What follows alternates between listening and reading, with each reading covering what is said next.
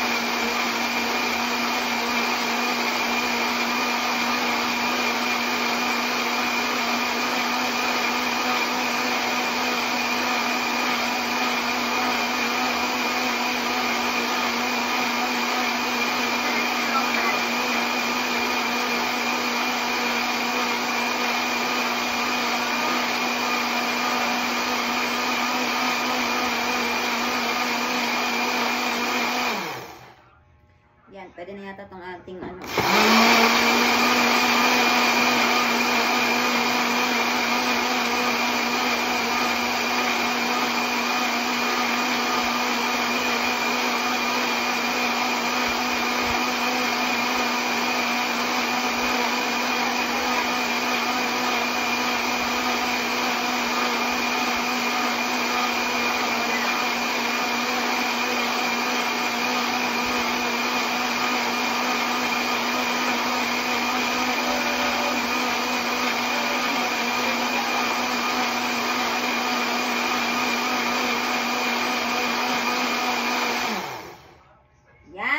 Nagiling ng ating cucumber at apple. Ayan, kita nyo naman. Green na siya. Ah, yummy!